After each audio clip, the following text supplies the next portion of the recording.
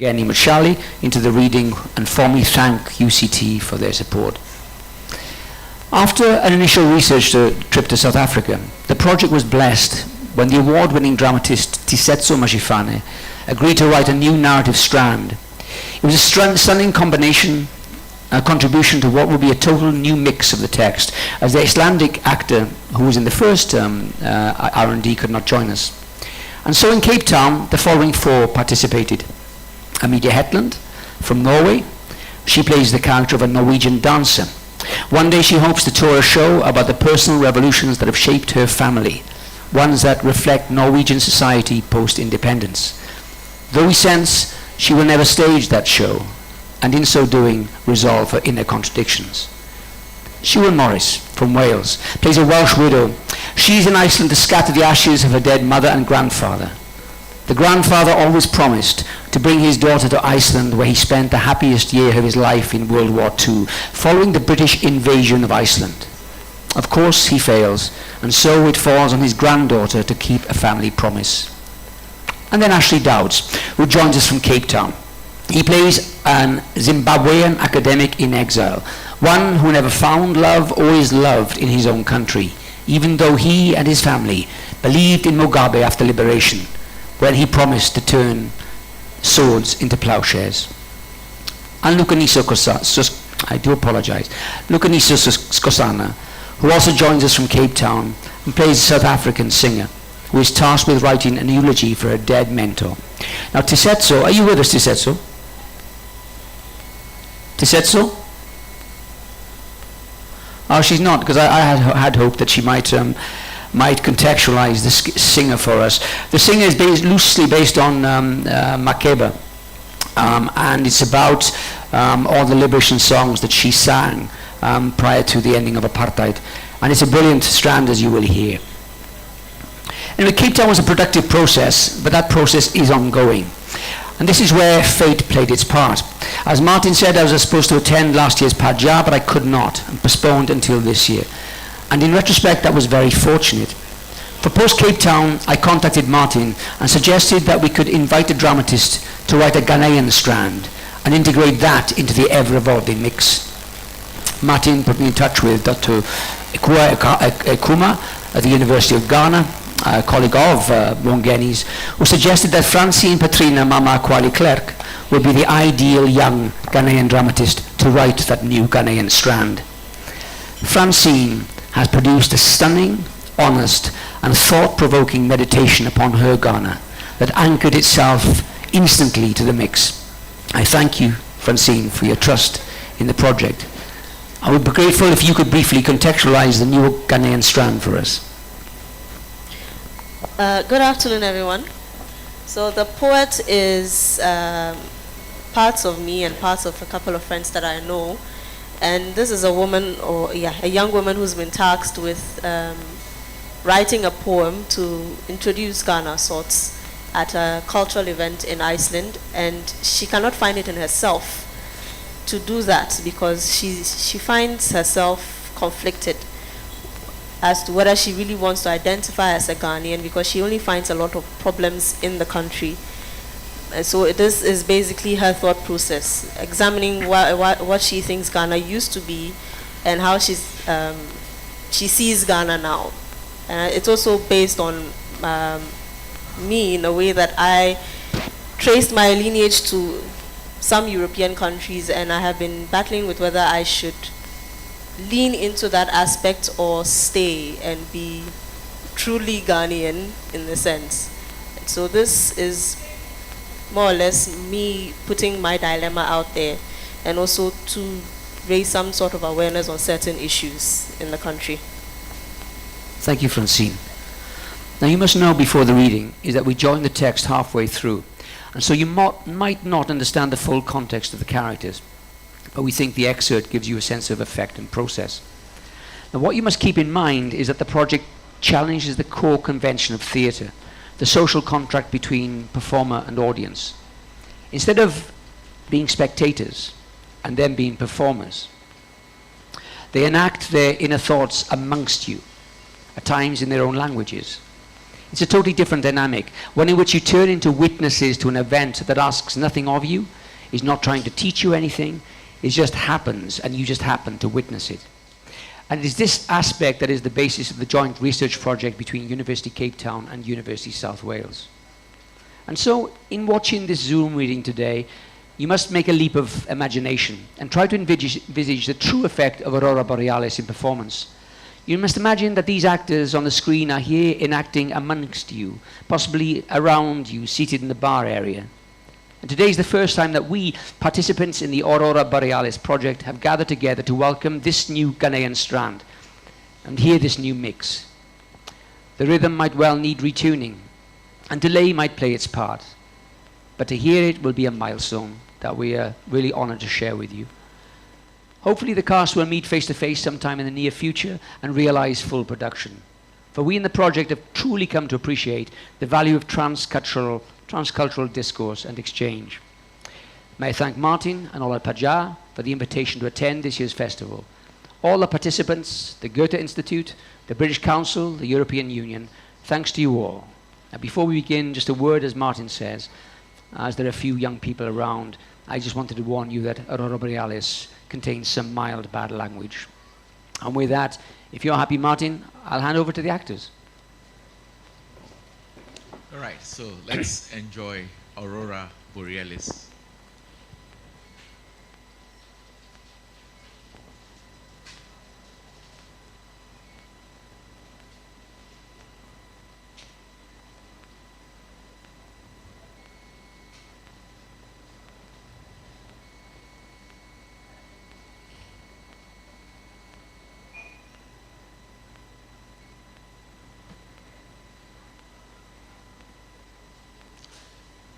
Okay, so James, I think we have to unmute the performers.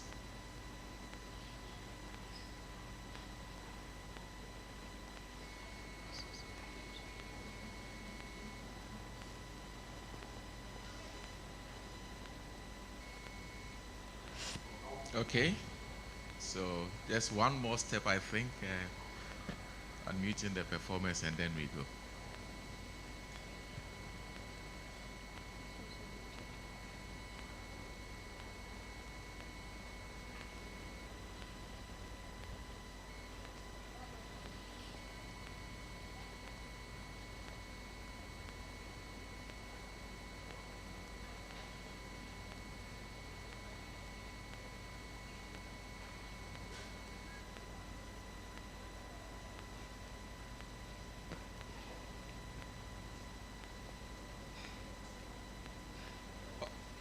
Whilst that is happening, I think that we can arrange ourselves a little bit more.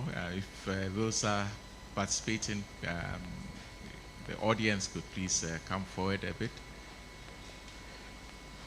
Martin, I think Yes. we have them now. Okay, excellent. So I think the unmuting has happened, and so we can enjoy the performance. Thank you.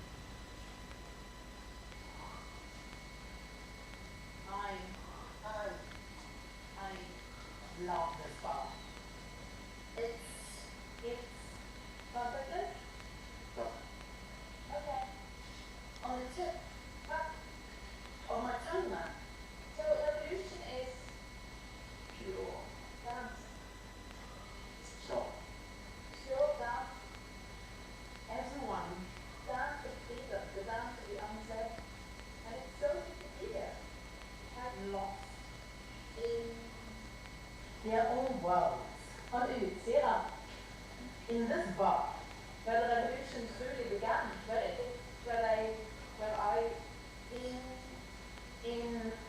In hit and run theatre, actors act. in what? In their own words. In short political dialogues in marketplaces. Not Ekuma, it's I. And I, lost in my own world. Yeah. As the companions in the getaway car, I beat every turn. can lose it. And just as the police are about to arrive, double R, I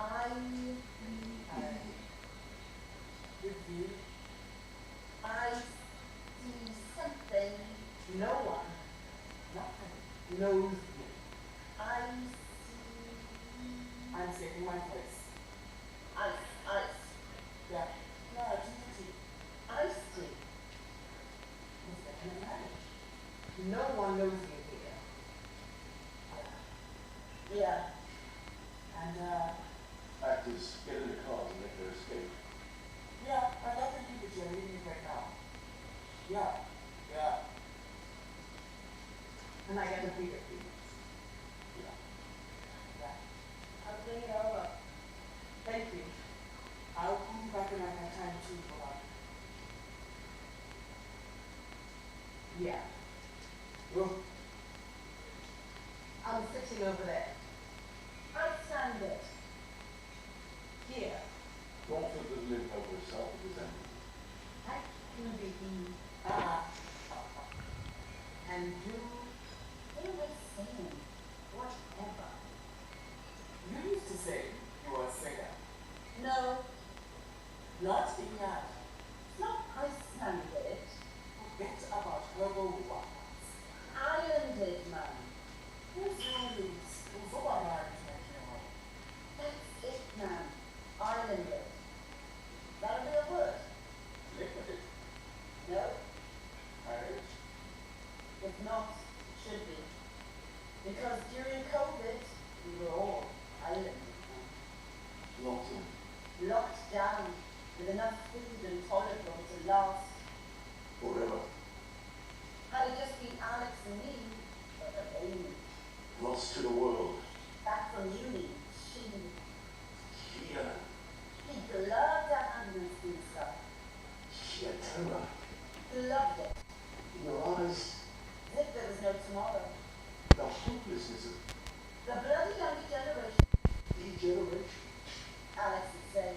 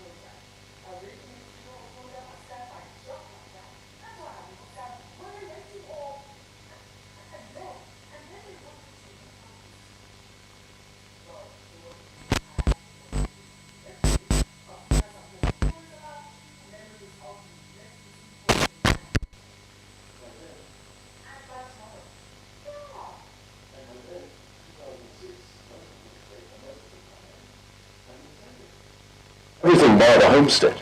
The terror in your eyes, so much loss, so much hate. I hate you. Word too strong. Resent, maybe, no. So, no other word. You never hated anyone until... You. What do you want me to tell them? Eh? Who hates you the most? Me? Them? Us? Even then, I didn't want to hate. Even then, after losing everything. They talk of what you have done for me. But what have they, your children? What have your children done for you? I didn't want to hate. I don't want to hate still. And me? I hate the hate I have inside me. This hate that eats me, shames me. I don't want to be shaped by it. Hollowing. Frothing. Haunting. Rasping. It's a curse. Just asthma, I thought. I hate the land, Father. I love the country, love the people, but hate the land because hate thrives. You had rivers so clear. We were friends with the fish. See how they turn now. Clouds. An endless flow of Milo tea. What is the use of all their festivals, their libations and sacrifices to the river gods? Are there gods in the river still? A government funeral? Yonginto? Bells and whistles, police motorcades, black mercs. Less traffic, less asthma, you'd have thought. It's cursed. But like a sheep, coughing. Cursed. Official speeches. South African flag on your coffin and me singing.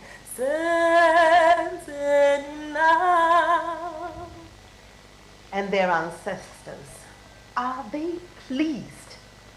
There is no land to bury.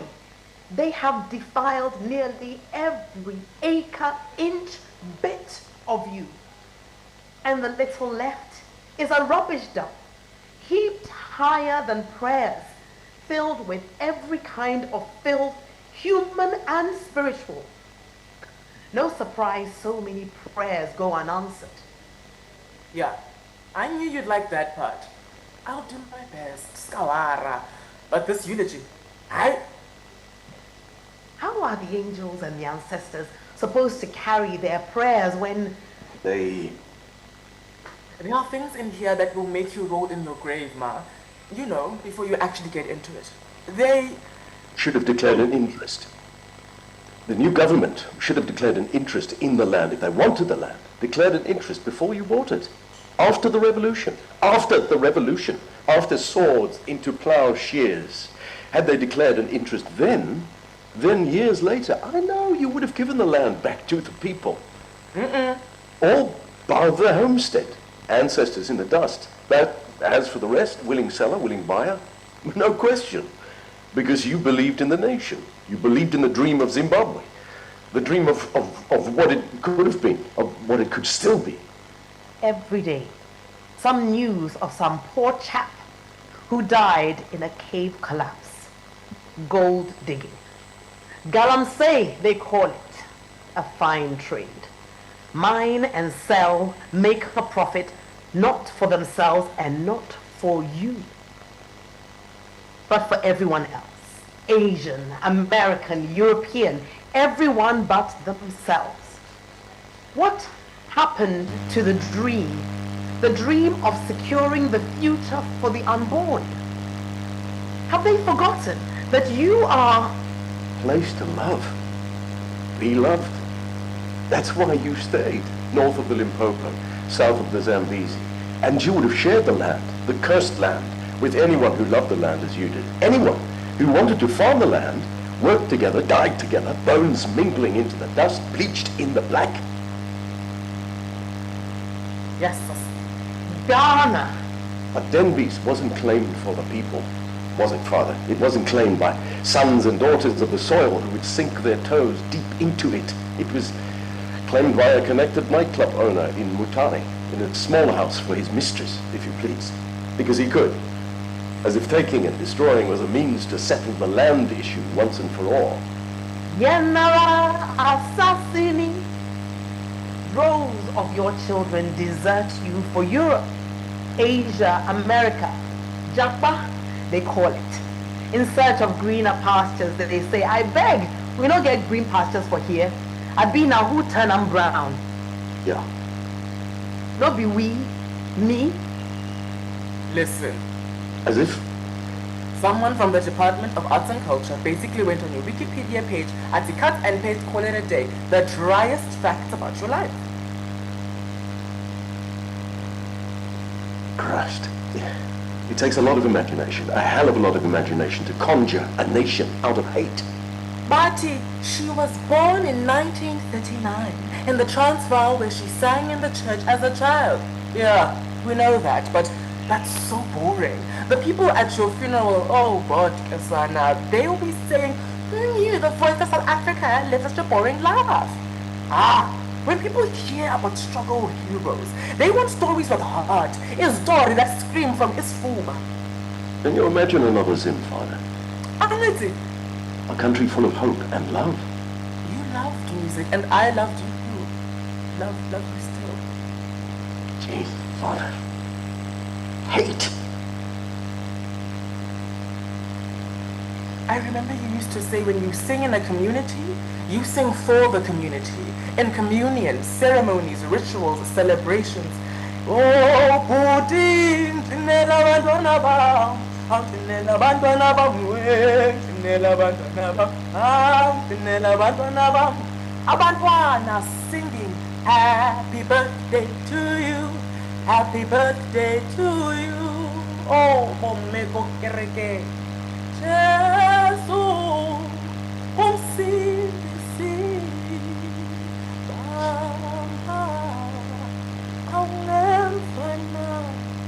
Now did it begin? I am Aswo Keita, the child of the slave and the slave trader. The blood of the priest, pastor, and imam flows through my veins. They roll their eyes at me like it is something to be ashamed of.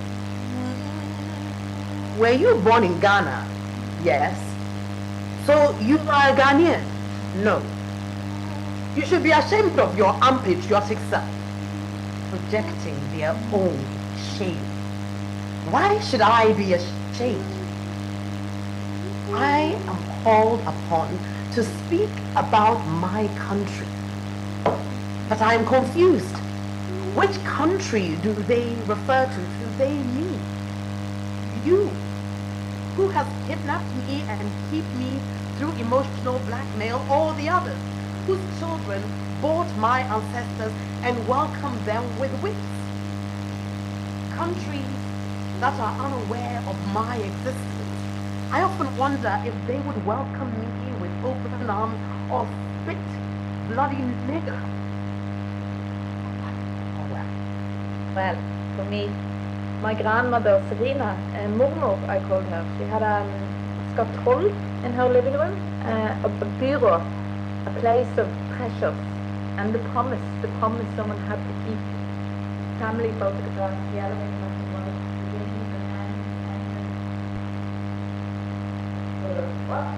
what, when? I wanted to take a photograph, intrigued me, a row of 6 women sat against the wall. Dark dresses, high necks, and a liten on the back. Utsida kommunestyre. A council of women. No men, just women. In Norway. In 1925? How? I asked. Because they dared, Momo said. It's the gospel, the truth, the gospel truth, and that can only happen in a church. When you were growing up, it was so important that people gather in a church to worship. Weddings, funerals, the church feeds the community, comforts the community. During apartheid, the church also put guns, gave asylum to the exiled, held meetings where powerful speeches were written and rehearsed under the eye of God, and out of sight of the apartheid government. The voices of the struggle came out of those churches of people in communion. So how could they fail? They made a legacy video, no imagination whatsoever. Some of the people you saying, I come from a poor family. We know you come from a poor family. We all come from poor families. People know that story. People want other stories. Stories full of hope.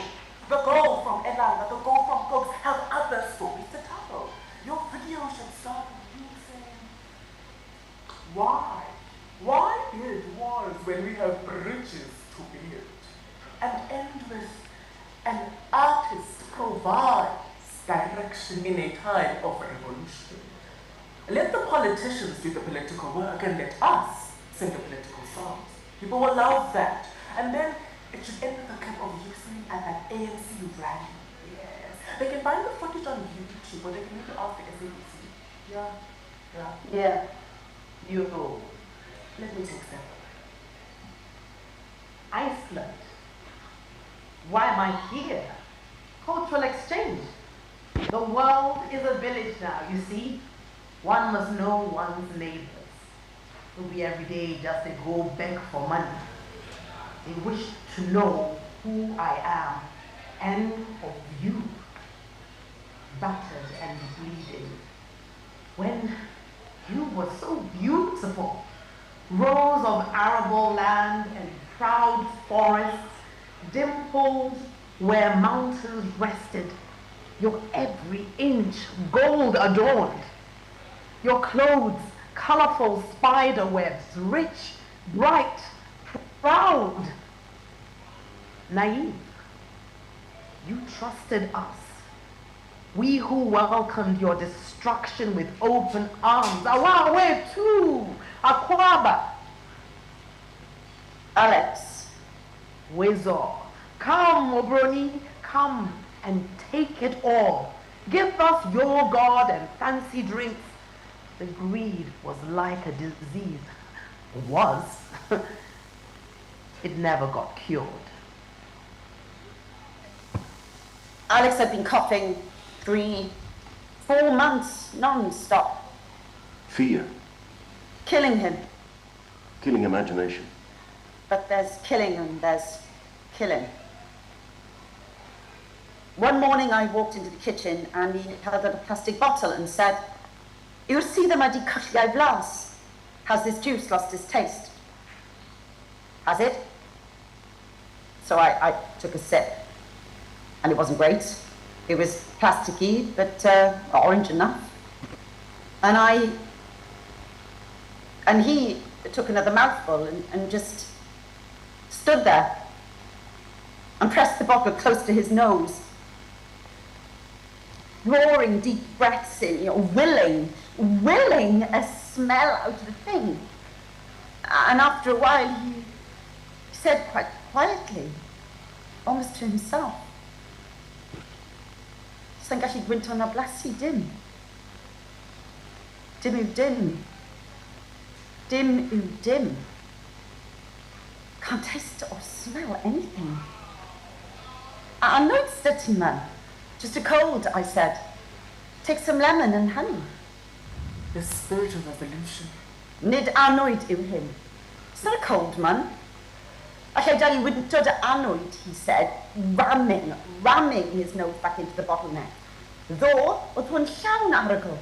I know it's full of smell, ond now mae'n wag I mi. Now it's empty. Ah. Empty, he said. A ti'n gwybod beth yw'r irony mwyaf?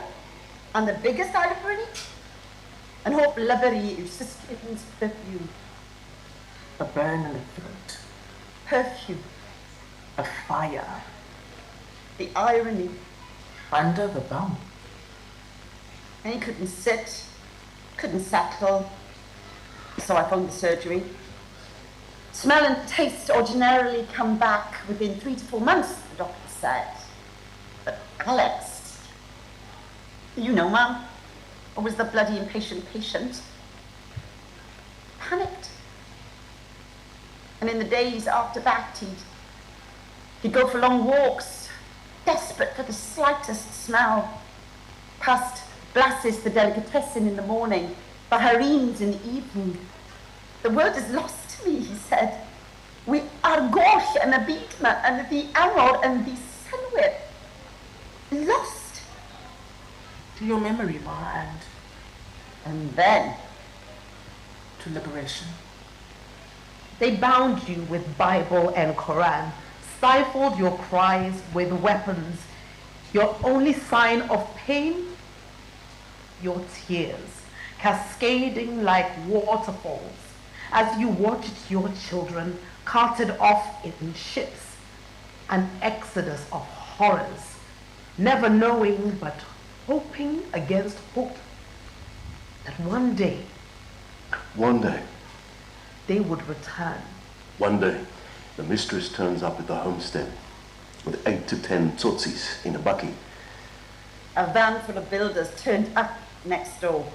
After we'd been promised by the local war vets who'd actually fought for freedom, that the homestead would be left alone whilst you were alive, Father, out of respect. But we weren't invaded by the local war vets who respected you, were we? We were invaded by the born-frees bussed in. Green bombers, high on grass, drunk on scud, no claim, no respect. The house had been bought at the start of COVID, and yeah, it needed doing up. Well, at that time we thought, surely. And we wondered, would they? Could they even? You'd have thought they couldn't, but they could, and Christ they did. They started hacking the flesh of the bones of the place. I chained the gates, but they just cut a hole in the security fence and they drove in. And after the long silence of COVID, the sound of hammering the walls, it drove Alex up it. I tried to calm him, but it was like an invasion. This is illegal, I said. Constant compacting and drilling, day in, day out. My land, my law, she said, and she waved a panga in my face as her Tutsi circled me, dancing, and I don't know why I'm telling you this again, Father. It's not as if you weren't there. And at night, when he was quiet, he tried to calm himself with wine. We go up with Ublas Ekumah. I know what it tastes like, he'd say, but I could hear you in the house, Father, and I heard your carer and Mum trying to calm you, an animal caged in your bed, not understanding. And Mother came out and pleaded with her mistress, please, he's old, he's ill, he's bedridden, it's taboo to disrespect an elder, you know that. I don't care. It's my land and it's my house now. Every day waking up, nowhere. Hate, Father, nowhere. Hate, and land, and hate. Every single day, we were locked in, round out, nowhere to run, no escape. I didn't want to hate. I hated him. I cursed him. Hate. Cursed him. Hate's a curse.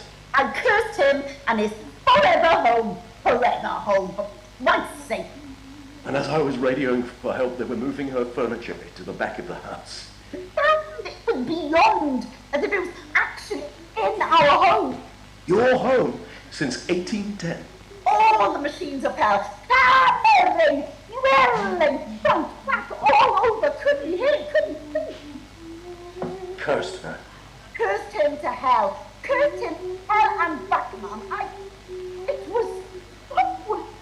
In 1810. Eventually, Kevin came. Did you know he made a full recovery, Father? He manages an estate in Botswana now.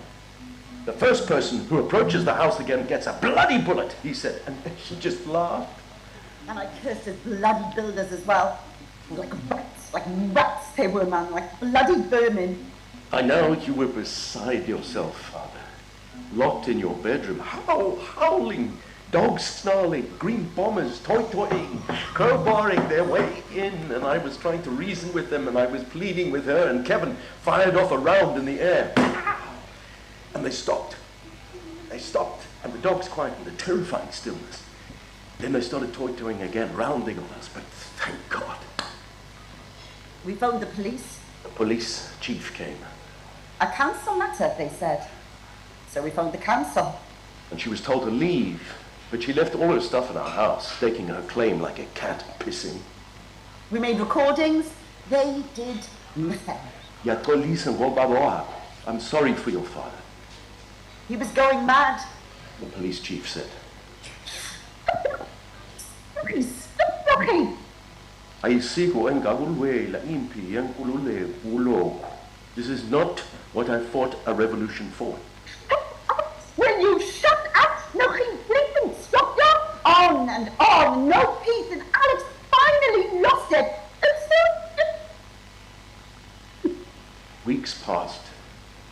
Nobody would help us. Then the Supreme Court changed the law. Changed the law. Only a matter of time then. You know, Mum, one of his builders actually had the cheek to say to me, use earplugs in our own home. An end game. The ones left behind, kowtowed in fear of their brothers who, with white man's texts and God's edicts, stripped them of their heritage. Barbaric, instead of palm wine, we learned to drink grape. The God's taste had changed. They wanted schnapp. And our women, crowned with towering bouffants, eyes underscored with jet black liners, they danced.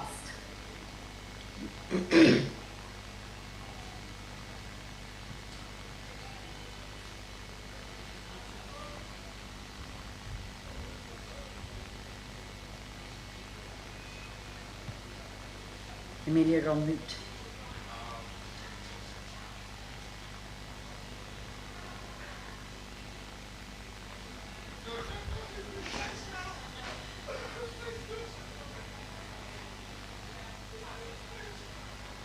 You sent a message to herself. And Momo explained that Zira was a pirate island, an island full of mothers and children, but no fathers. Pirates would be away for years at a time, so it was an island with no men, an island full of children, an island full of secrets. Momo pointed at one woman, dark, squat, Celtic looking. Her name was Kaja, she said. Kaja with an I, the deputy mayor of the kommunestyre. Full of spirit, power, freedom. She was my grandmother, Mormor said. Your great-great-grandmother. From Utsira, the island of revolution. You remember, Osu, how your children were forced to flee from Dutch cannons. Mothers and wives wailed in the white man's name. And how they divided us, drew lines on a piece of paper like a chessboard. Only we were the pawns. They scattered us, some to the east, some to the west, like the farmer from their fair law's parable. Some they called their seat of power. Nkren, Ga, became Accra, their center. So one night, after the worst day ever, well, you cannot imagine, Mum. I went to bed, left Alex trying to find peace in a box set and a box of wine he still couldn't taste or smell. Woke up the next morning, he was in the kitchen, totally beside himself, smelling and swallowing like a madman, man. And he couldn't stay still, broken off sentences, didn't make sense. Beating Bedel de Glistier, your ears, what? I can't clear them, he said, just soon, like a buzzing, high-pitched and low-throbbing, soon and a hen. Soon and a hen. Funny as you'd really dim, bore my sound soon this morning, just sound, just rammed full of it, a head full of sound, screaming in my ears, and these stopped, tears welling. I could have been made. I couldn't calm him, man. I couldn't do anything, so I made myself a cup of tea. And in my silence, sipping Earl Grey, scent of bergamot, the taste of lemon, I watched Alex fight a senseless revolution that was killing him. Had he broken his leg or something I could see, but tinnitus, islanded. in sound. Cape Talk, your #1 station for blah blah blah. Yeah, in the company gardens, the cutest little albino squirrels, 3 or 4 of them. Never ever seen white squirrels before. Yeah, in South Africa. Remember The irony. Remember when we fought? Yay! Salwa. Remember Nkrumah Showboy? Because I didn't like that. I didn't suffer like you did. He led us to independence. But like the smell and feel of new clothes, its novelty faded, as did his vision. I could recount the age of the coups. I remember my grandmother's account of the Kalebule beatings. The countless coups that changed nothing. Han, wasn't only about suffering. I could tell them of the hunger that almost crippled your children in '83. Do you remember how scared they were?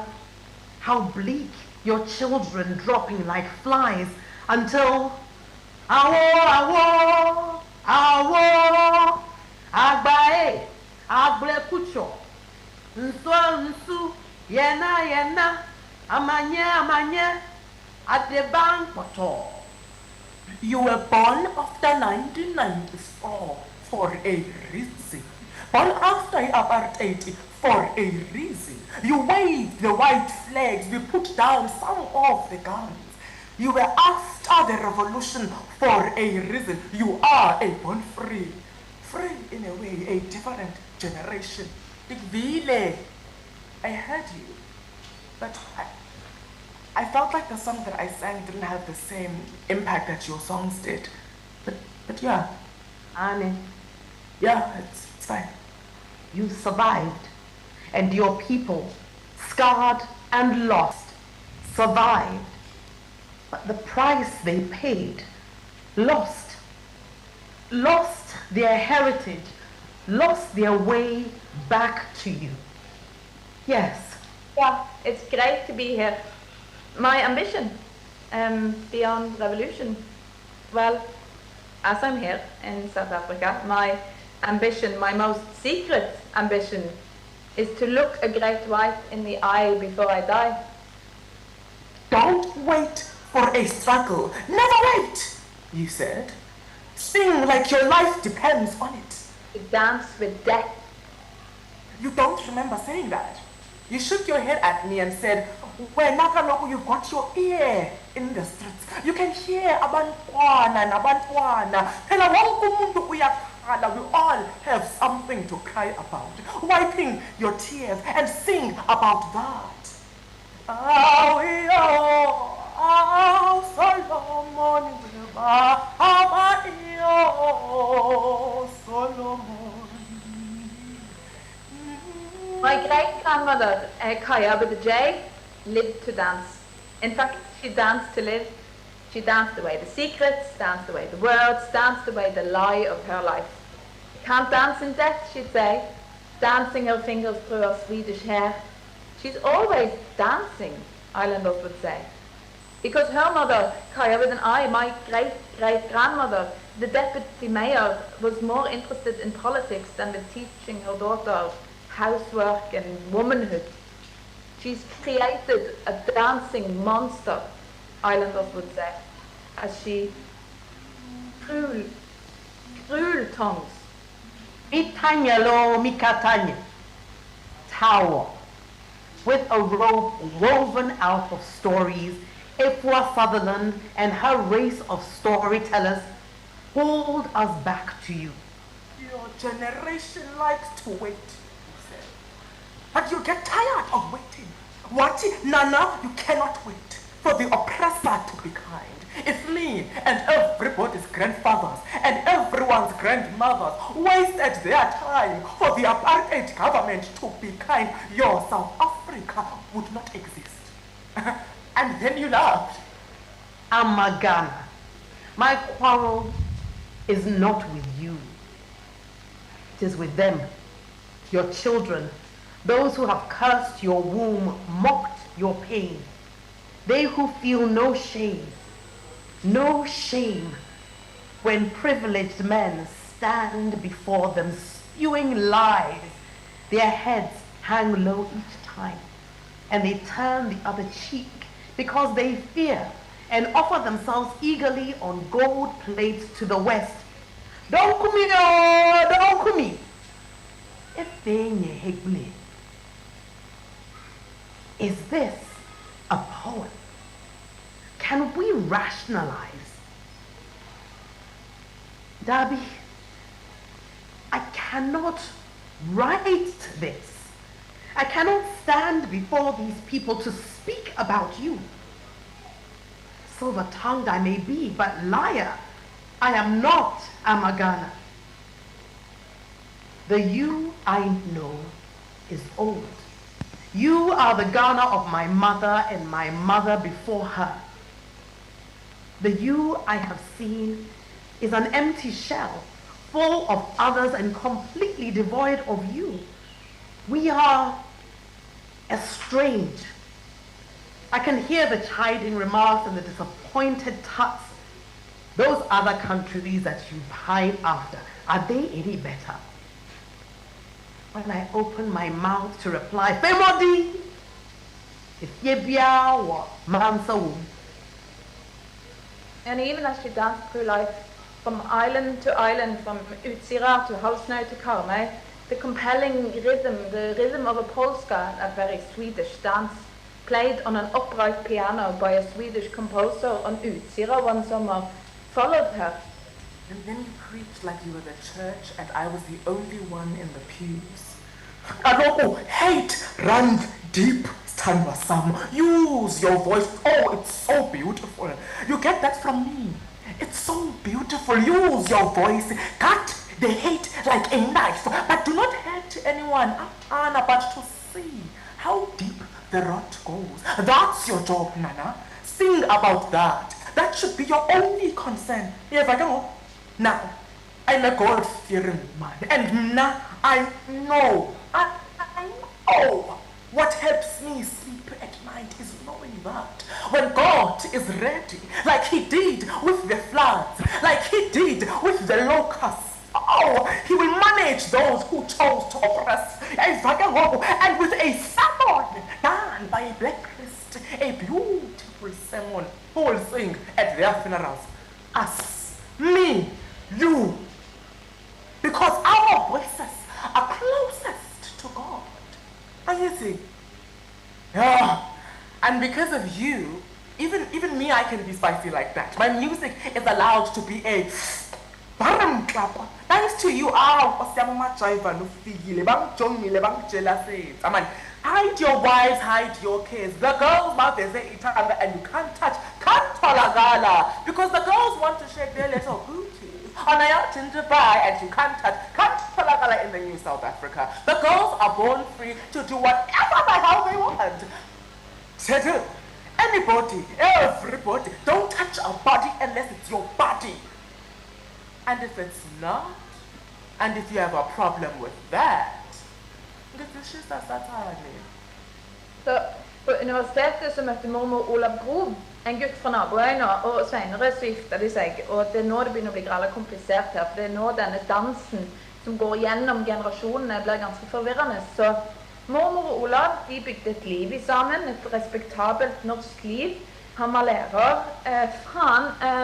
Så når jeg er 18 år så dør mormor, og jeg bodde i England på den tiden på danseskole i Manchester, så jeg danset tilbake til Norge til mormors begravelse, mitt første møte med døden. Og noen dager senere så kom jeg tilbake til England, og da kom mormors spøkelse til meg, ja, i Manchester. Et spøkelse som kan danse over havet.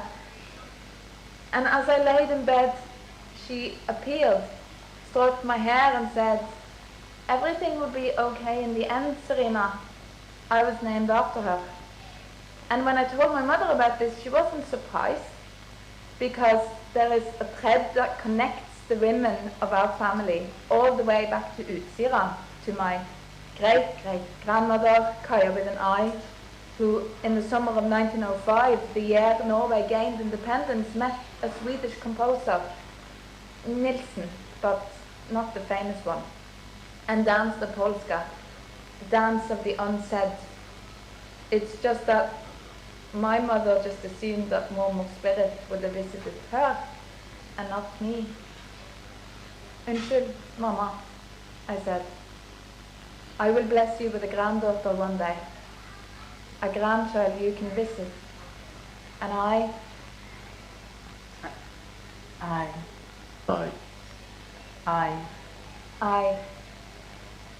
love this poem.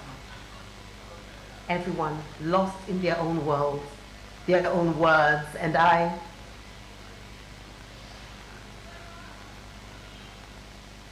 Thank you. Okay, thank you very much. As I said, it's very difficult to understand the concept of it because it's just there. But if it happened amongst you, within inches of your face, when you see Lukhanyiso singing, there, it is magic. So thank you for bearing with Zoom. And Thank you very, very much. I was keeping my fingers crossed and hoping that the Zoom would hold and the connections would be okay throughout the performance. And actually, it went very well. So I'm really, really impressed by the performance and also happy about the technical aspects. Okay, so what we can do is ask a few questions so that once the writers, the initiator of the project and the members of CAST are around, we can ask a few questions, and then once they finish that session, then we can close out for the next reading to happen over here. I have a question of my own, and this is something I've been wondering, and you know, because you are bringing so many different voices together, what is it that you propose to the writers that is a common strand, or that didn't matter at all to you? in our differences lie a common humanity. You know, but we always look for the similarities, but I don't think those are the places we should find our jointness. And you know, when you juxtapose these voices, suddenly you understand that life is the same for everyone, really. The same struggles for dignity and respect and freedom. And I think the addition of the Ghanaian strand, juxtaposed with Ashley's strand, juxtaposed with Lukhanyiso and the South African. I know Tiisetso's with us now, and I'm really glad she is. Suddenly, wow! You know, and what I love about the fact that Norway, Wales, Ghana, Zimbabwe, South Africa, it now has this wonderful north-south axis. And we don't speak much to each other. Between north and south, the dialogue is quite limited. And I think with this project, it's one of the things that I hope to change. That we can begin to take this project back to South Africa and the Baxter's offered place in Cape Town, and hopefully take it to Wales and Norway, and we can begin to really exchange and just find out, you know, what makes us all tick. Why do we bother with all this fighting and stupidity? You know, we are really at the end one thing, and that's human, you know. Well, thank you very much for that. And if you have a question for any of them, you can raise your hand. My second question has to do with the formats that we've had to use tonight, or this evening. I'm sure that a Zoom screen is not your preferred way of outputting your work. So how do you feel about this limitation, and were there any workarounds you had to do in order to fit the performance into this kind of format? Well, the project started on Zoom because COVID necessitated the fact that we worked apart. And it was just when we got together. I remember when everybody got off the bus in Carmarthen and it was absolutely raining. And I'd been talking to these people on Zoom, and also I met them in virtual reality. We had avatars made of them and actually had the bar in virtual reality. I found that really disorientating, directing in virtual reality. It was very strange. To meet them face to face and to begin that dialogue, begin the knowing, you know. And can I thank you, Martin, please, for letting me get to know Francine. I will eventually get to know Ekua face to face as well.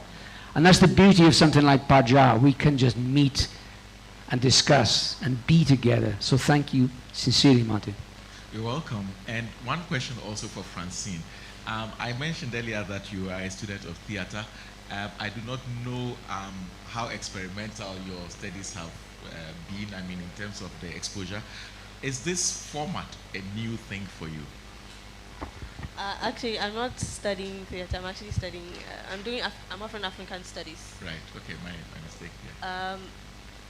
Yes, this has been really experimental. And it was quite difficult getting into the groove to write this because I'm sort of continuing other people's stories, but there's no link between the two of them, between any of them. So I have to look at what they've written and then think about how I'm going to follow that flow, but not also follow that flow. It was really, really tough. And so it's actually been quite an stressfully enjoyable process. Right. And of course, there are a few people who managed to join us online. If you raise your hand and we can identify you, you can also ask a question. Otherwise, we begin to bring the performance down to a close. Ian, this project, this is not the end of it. What is the next stage of Aurora Borealis? I don't know, Martin, to be honest with you. I mean, my heart aches because I look at Lukhanyiso singing, but I hear Lukhanyiso singing. I've yet to meet Ekua. I love Emilie, and hopefully I'll see her and Matt in Dublin soon. Ashley, he is my soulmate.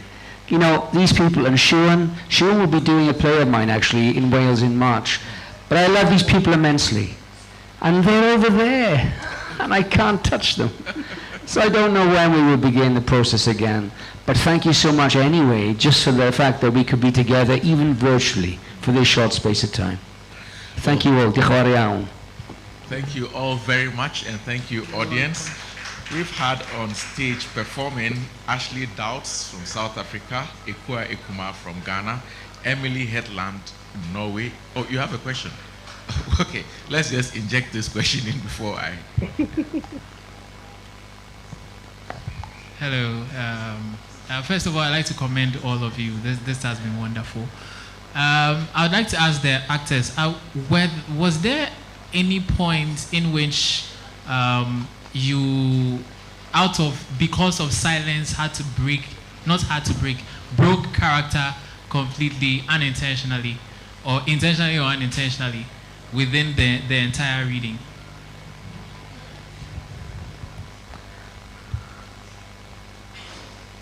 I don't know who wants to take that. You're going. I think just, I guess I have already, haven't I? Yeah. We can't hear the... Can you hear me? Well, I guess this is one of the silences you were talking about, right? Yeah. To answer that, Kofi, it was actually, we had the discussion. Because if you noticed, like Emilie carried on. Ashley carried on, because he's writing a lecture right through it. And so they made an effort deliberately to actually constantly perform, even though they weren't, It's a tough one. Zoom is an awful medium, isn't it, really? I'm so glad that COVID has come to an end, because I loathed working through Zoom, So, I mean, if we have Ashley, are you back now, Ashley? Yeah. Ah. Can you hear me? Thank you. Oh, yeah. I was pretty much going to say exactly that you're confined by the frame, and you do understand that the performance entails a lot more movement and flow than what we have in front of us. But nevertheless, you try and replicate some of the feeling of what you've established in the rehearsals. And so I'm not consciously trying to be in frame the whole time. I'm getting on with business, which is basically working on the text that I'm meant to be presenting in Iceland. So yeah. Yeah, and for me as well, I was the dancer is constantly dancing in the piece usually. So in the room, she'll move through and weave through, sometimes small, sometimes large, going through her own rehearsal. So I try to keep some of that in, but then you're very aware of noise coming into the Zoom as well, so I tried to mute myself for a little bit, and then I couldn't get myself unmuted. So that was a cry for help. That probably looked like a little bit of a dance, but the character was having a crisis because she couldn't be heard.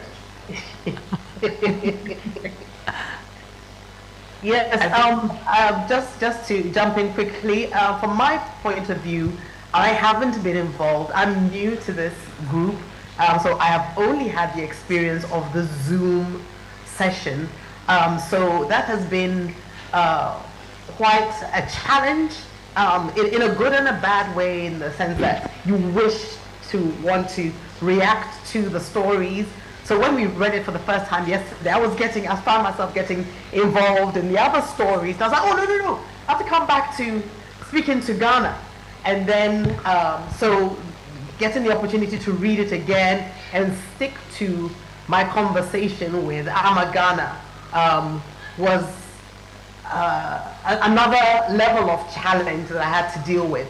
But for it to work, I had to maintain that narrative in my head. As Ashley was saying, you will look away, as you can of course hear the other people speaking, but you try not to let it affect the way you will continue your narrative. So it's a very exciting place to be as a performer, to want to react naturally as we instinctively will want to do, but sticking to your narrative, and then wanting to also keep the energy of the whole piece going. So great question, I think. Like Ian said earlier, that my character is majority of the time in movement through song. They are in conversation with the South African government on the phone. They are speaking to the spirit of this late mentor of theirs. They are also speaking to themselves and writing the eulogy as they go along. And so in the silences, a lot of action is meant to be happening, but also on Zoom, you're also scrolling through your piece of text because it's a read-through. So you're also scrolling through the text, and so while I'm trying to sing and keep up with the beat and keep the stops inside of them, I'm unable to fully explicate what that entire realm of existence is. But you play within it and you reside within it, I guess, if that makes sense. Thank you, Lukhanyiso. It's interesting because when people have watched the theatre, you can imagine it's just like that constantly, because you choose to follow certain things. It may not be the main drama. It might be someone just thinking, one of the actors is thinking, and he just riveted on that for 10 minutes. And then an audience member is not watching the action at all, actually just watching you being riveted. And what is interesting is that the audience create their own drama. And people said it's like Twitter theatre. You kind of look here and then you look there for a while, and then you look here, and then you follow that through. And it allows you to create your own narrative. And wherever you sit in the room, each and every night, if you change position, you have a totally different experience. It's a way that's alien to actors and alien to the audience. And it's a shame you can't experience it fully here. But those of us who have experienced it, it is quite magical. Do you think so?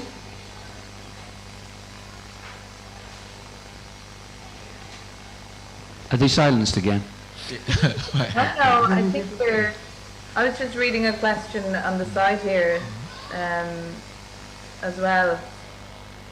Yeah, are we doing questions on the left? Can we take a look at the questions, please? And I think also that Tiisetso raised her hand at a point, so we can good. Her. Yes. So if you could display the questions, and those at the back, please. Your voices are coming on stage, so if we could have some silence at the back.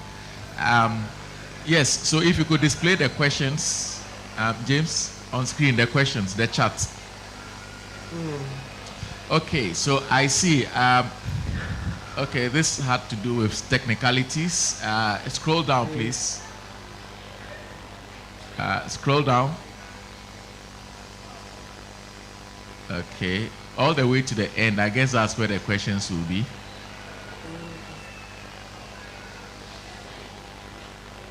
Okay, so how on earth did you each manage to keep your characters in rhythm? It worked like a song with the voices intermingling. Well done, but can someone explain? So I guess this goes to the members of cast.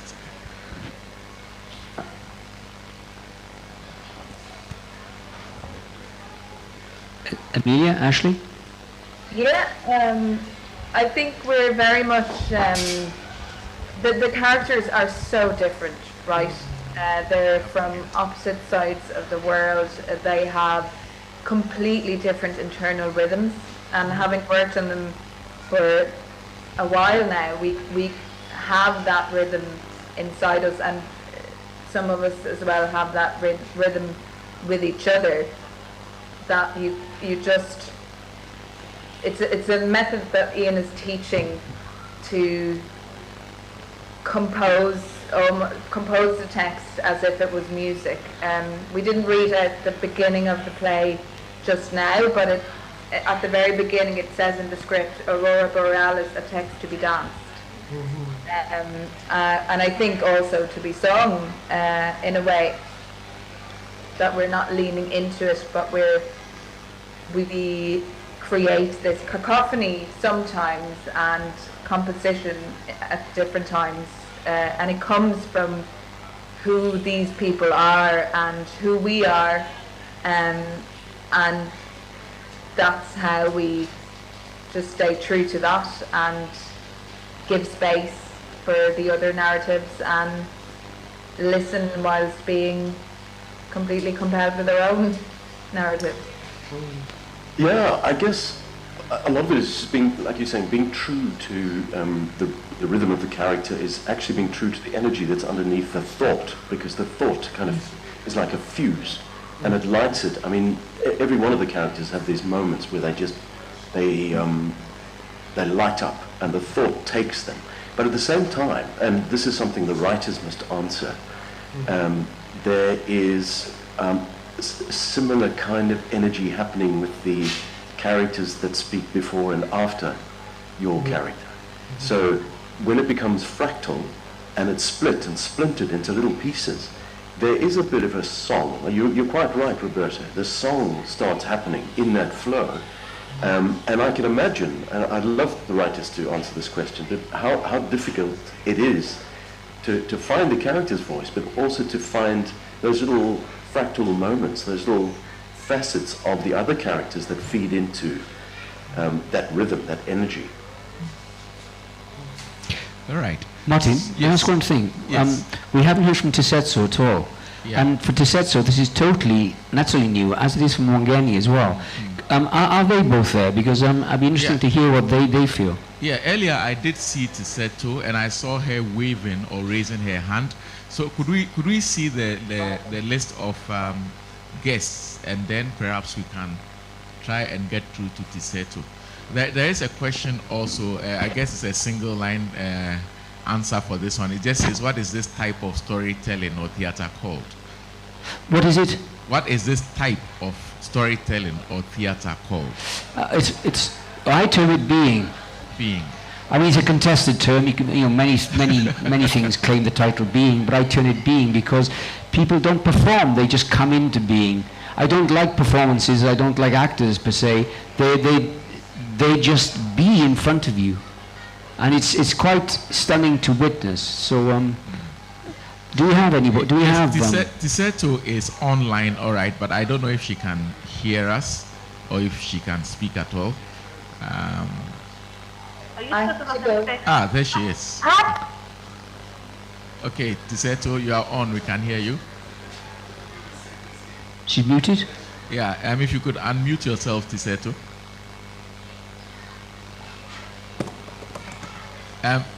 James, is she muted herself?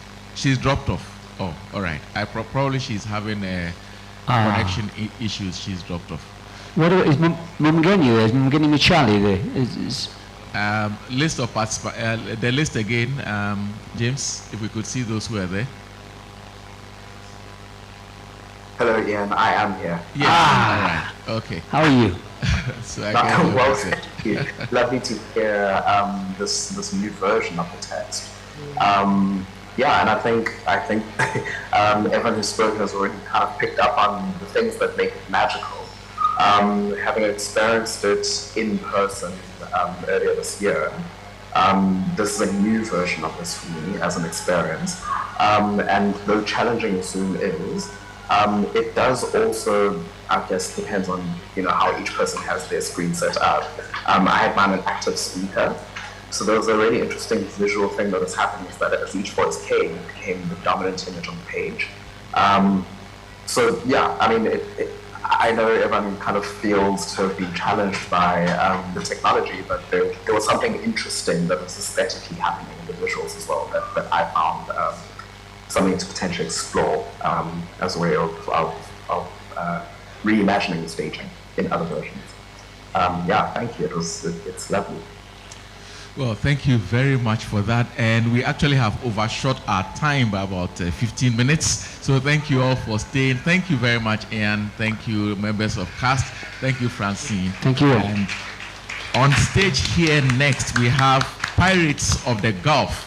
Pirates of the Gulf. And it's a reading with His Royal Majesty Bubarai Dakolo, who is joining us from Nigeria. He has been to the festival a number of times, so that is a reading coming up from Pirates of the Gulf in a few minutes. Thank you.